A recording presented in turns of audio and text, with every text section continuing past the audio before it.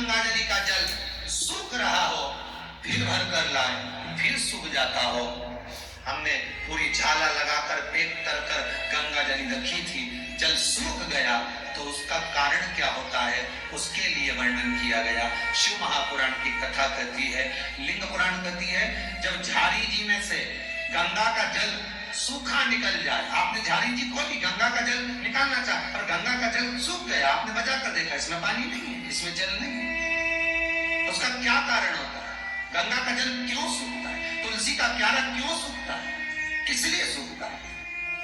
ये बहुत प्रमाणित चीज है कि गंगा का जल झारी जी में से सूख रहा है, तुलसी का क्यारा बारिश में लगाया, सब अच्छे से लगाया, सब कुछ करा, मालूम पड़े अब 4 महीना ठीक रहा, थोड़ी देर बाद में सूख ही गया। हम तो कहें कितने तुलसी के क्यारे लगा दिए, फिर सूख जाए, बाद में फिर लगाओ, फिर सूख जाए, बार बार लगाया, मांग कर भी लगाया, लोगों से कहकर भी लगाया, पर तुलसी का क्यारा लगता ही नहीं है। हमने लगा कर देखा, सूख जाता है, बड़ी आफत, कहीं दूसरे के यहाँ से लेकर आओ, फिर लगाओ, फिर सूख जाए। कारण क्या है? क्या कारण?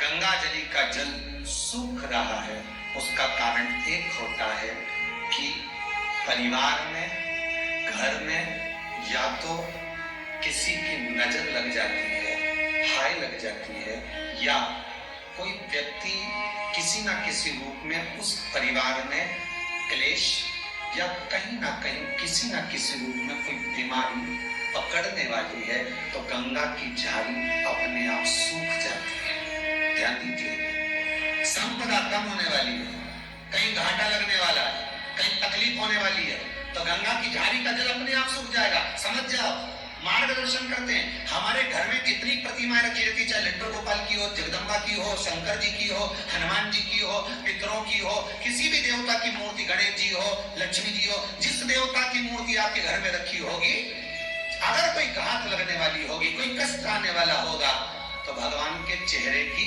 रौनक रंगत चली जाती है, भगवान का चेहरा भी उतर जाता है। सबसे पहले 4 दिन, 8 दिन, 6 दिन पहले वो भगवान का चेहरा उतर जाएगा, क्या ये घाट आने वाली, ये कष्ट। तो कभी कभी पूजन करते करते आपके मन में भाव आता है, आज भगवान ना जाने कैसे लग रहा है, भगवान को मैंने ड्रेस भी पहनाई, सब कुछ करा, श्रृंगार भी करा, पर भगवान के चेहरे पर प्रसन्नता नहीं दिख रही, भगवान के चेहरे पर रौनकता नहीं दिख रही।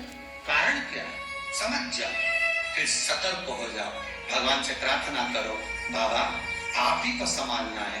गंगा मैया, आपने बता दिया कि घात आने वाली, आपने बता दिया कि कष्ट आने वाला है, पर संभालेगा कौन? गंगा मैया, आप स्वयं आओ, स्वयं संभालो। जिसने रास्ता बताया है उसी को पकड़ लो।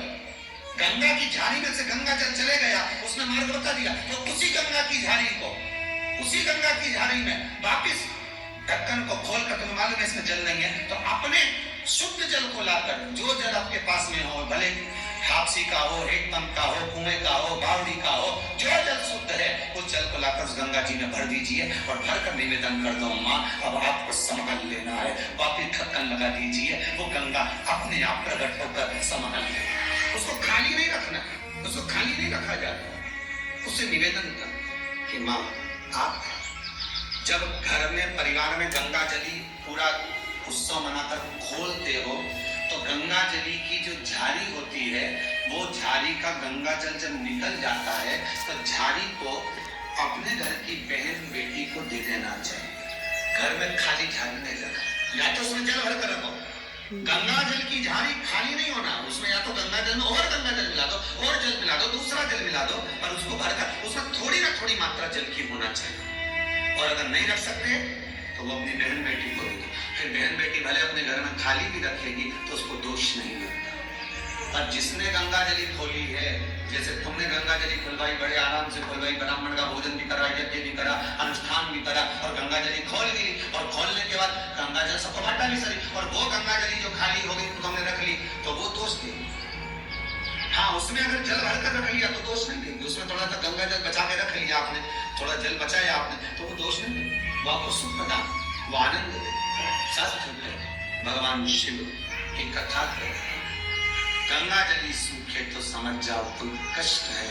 तुलसी का क्यारा, तुलसी का कुंडा, तुलसी का पौधा अगर सूख रहा है, बार बार लगाने के बाद भी सूख गया, पनपता ही नहीं है, कई बार प्रयास कर लिए, समझ लो कोई दोष, कोई दुख, कोई तकलीफ, कोई कष्ट सम्मुख आने वाला, उसको सतर्क रहे, कोई बीमारी, कोई रोग घेरने वाला उससे सतर्क करो, उसको समझो।